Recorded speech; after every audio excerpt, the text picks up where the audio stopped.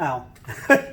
Hit my knee. Hey everybody, welcome to Professor Long's Lectures in Anatomy and Physiology. I'm Professor Bob Long. We're continuing with our Bones Lab for Part 1A and P. We're going to be going over the hand and the foot. I have some extra models here that kind of show you how everything is put together. You can see the shoulder, how it's put together with the clavicle and the scapula, the humerus.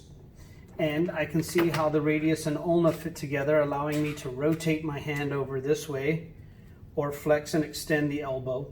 But we're going to be focusing on the wrist bones, the bones of the hand, and of the fingers. Okay. Now, oddly enough, if you look at this, this is very much set up like the lower extremity. We're going to learn the lower extremity sooner or later, but I like to do the hands and feet together. But we have the ability to kind of rotate some bones a little bit, but really extend and flex. But the bones of the hand and the foot are very similar to each other in their layout. If I look at this foot, let me get rid of this bad boy here. If I look at the foot and I look at the hand, they're very similar. The big toe and the thumb are the same. All the other toes and fingers are the same. So let's go over this, okay?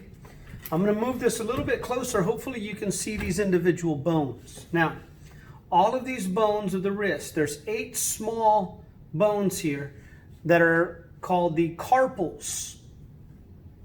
All 8 of those bones each have an individual name, but as a group, they are collectively called the carpals. When I move past those 8 bones, there are 5 bones in each hand that make up the palm of your hand. You can feel those bones if you feel your hand. Those are called metacarpals. So I have 8 carpals in each wrist, 5 metacarpals in each hand. When I cover up the metacarpals, the other 14 bones sticking out here are called phalanges. Now singular is the word phalanx, Phalanx. I got 1 phalanx, I have 2 phalanges. In Latin you wouldn't say phalanxes, so you say phalanges, okay? So 8 carpals, 5 metacarpals, 14 phalanges in each hand. Now, if I were to go over the individual carpal bones, one of them is shaped somewhat like a little boat here. It's kind of got like the shape of the hull of the boat. That is called the scaphoid, okay, or scaphoid. The scaphoid bone sits next to these 3 that all go in a line. Scaphoid, okay. The next one going across here is called the lunate, scaphoid and lunate. The next one is called the triquetrum or triquetrum, scaphoid, lunate, triquetrum. And then this little tiny one right here looks like a little tiny pea, like you would eat out of a can of peas. It's called the pisiform or pisiform. So scaphoid, lunate, triquetrum, and pisiform. If I go back over here where the scaphoid is, the bone that sits right up against the first carpal is called the trapezium. Okay? So scaphoid, lunate, triquetrum, pisiform, trapezium. The next little bone right here is called the trapezoid. This one's called the capitate. And then this one that's really hard to see, but it's kind of got a little handle that sticks off here. That one is called the hamate. It's got a little handle that you can pinch. I don't know if you can see that or not, but scaphoid, lunate, triquetrum, pisiform, trapezium, trapezoid, capitate, and hamate.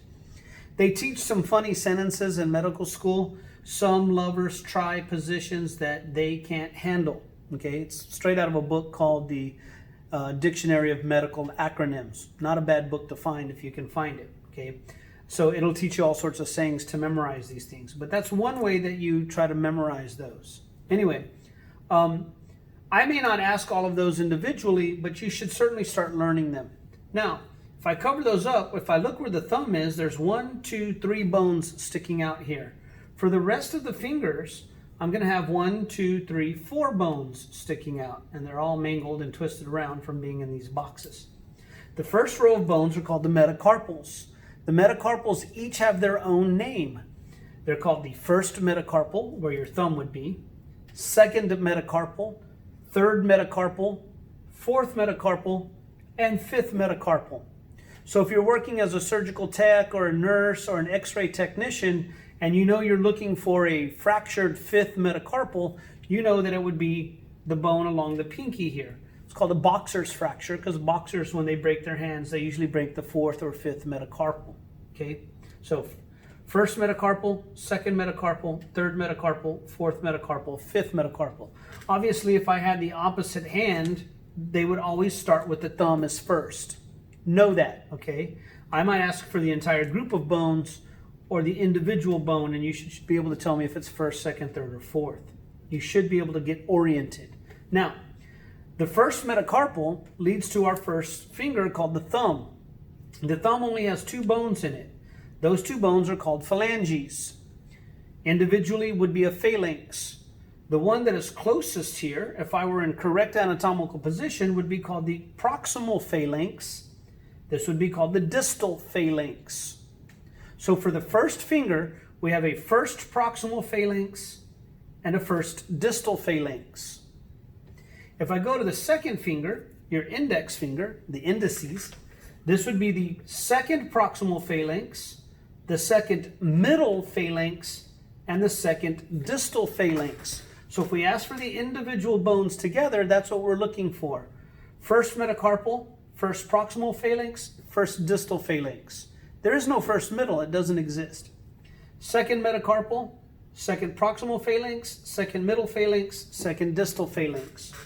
For the third finger, I would have a third metacarpal, right, in the hand, but then I have a third proximal phalanx, a third middle phalanx, a third distal phalanx, a fourth proximal phalanx, fourth middle phalanx, fourth distal phalanx, fifth proximal phalanx, fifth middle phalanx, fifth distal phalanx. So if someone has a fourth distal phalangeal amputation, someone got their hand caught in a door and they have a fourth distal phalangeal amputation, then you know they cut off that bone. The amputation has to be right there. And these, by the way, are called the interphalangeal joints. They're not on your list, but one day you'll hear about the second distal interphalangeal joint, or the second proximal interphalangeal joint, or the second carpometacarpal joint, or CMC joint, carpometacarpal. That would be this joint right there, okay? So anyway, you may learn some of that anatomy. What you need to know is this: the carpals, the metacarpals, first, second, third, fourth, fifth, phalanges, first proximal, first distal, second proximal, second middle, second distal, so on and so forth.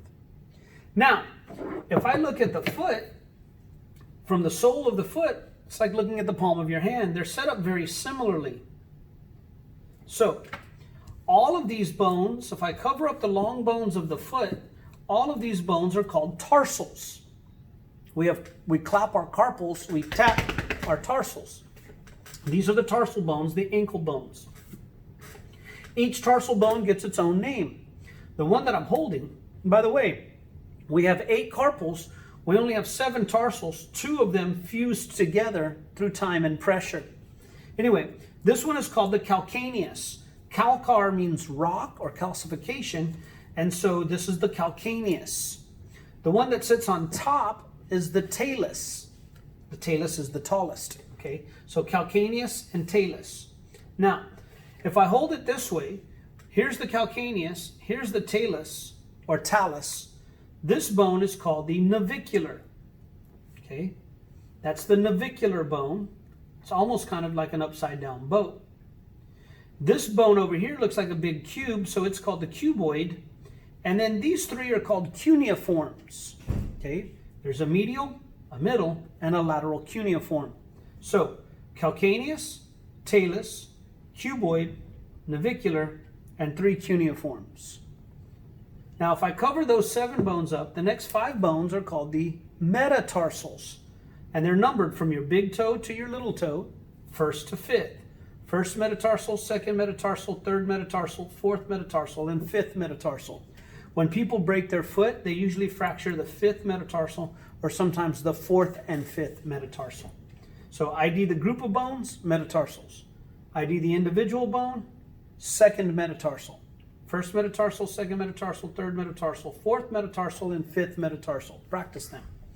If I cover those up, the rest are phalanges, and there's 14 of them, just like in your hand. Just like in your hand, the thumb of your foot is the great toe or big toe, has a proximal phalanx, and a distal phalanx. So first proximal phalanx, first distal phalanx. The second toe has a proximal, middle, and distal phalanx. So second proximal, second middle, second distal phalanx.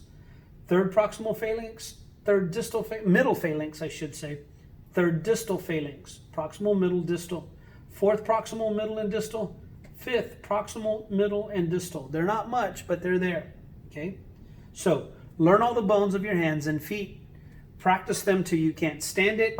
Do it till you understand it, and then do it 5 more times.